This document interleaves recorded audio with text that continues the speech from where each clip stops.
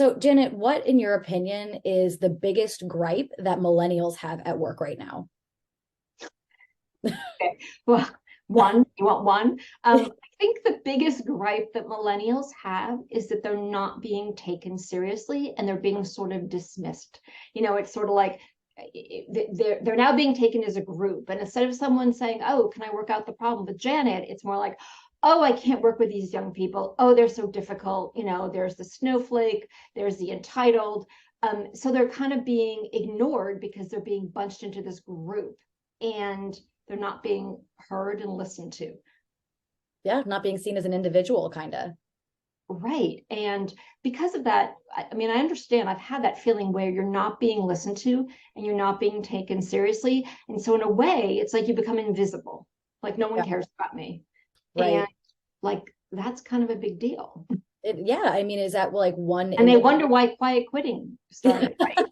Seriously, though, you wonder why people, and with quiet quitting, are you saying that people are just giving the bare minimum? They're really not doing anything Yeah, more?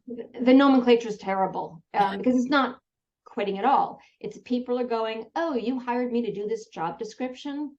I'm going to work, from 8:30 till 5:30 or from 9 to 5, whatever the hours were that you put in the job description. And I'm not going to work a minute later. And I'm not going to answer emails on the weekends. And I'm not going to answer emails, at night just because you thought of something at 10 o'clock at night." And quiet quitting, I don't know. That's sort of like deciding that you need boundaries and that you're not going to work 24/7. My generation, when we left the office.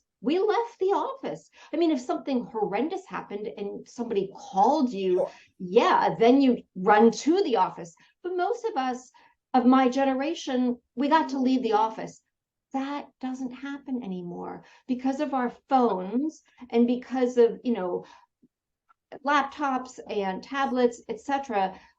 People now need to figure out when they're done with work, especially if you're working from home, etc. And I think that this quiet quitting is really just this generation's way of saying, you know what, if you're not going to listen to me and you're not going to make this place better and you're not going to take my recommendations for being more efficient, I'm not going to work after hours for you. Mhm. And and so that's how I see their perspective on it. And quite frankly, I work for myself now, but if I worked for a corporation, I wouldn't want to work on weekends either. You know what Yeah, I mean?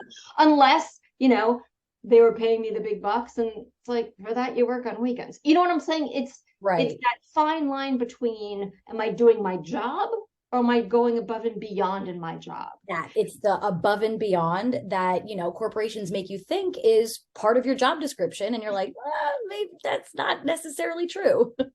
Well, and here's the sort of the nasty but real secret Mhm. that no one says. What no one says is um, the people who go above and beyond are the ones who get promoted first, or they're the ones who get the bigger bonuses, right? And there was a very famous guy out in LA.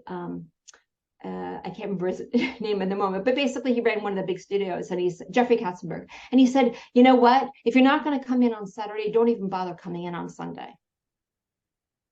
And that's what it tells you what the culture was. Like, you're expected to go above and beyond, especially if you want to have a career Oh here. yeah. Well, that culture, first of all, was broken as far as I was concerned. But second of all, if that's in fact what you want, then honestly, you need to say that as you are interviewing. This is why people leave jobs, because no one told them in the interview, you know what, we say 5, but really you're expected to stay till 6. Or you can leave at 5, especially if you have to go and pick up your kids or Mhm. etc. But when you get home, if you could just answer those emails, that would be lovely.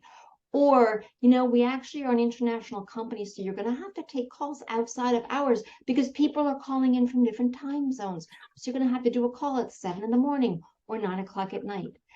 I think the biggest problem right now is this is not being discussed in the interview process. Very true.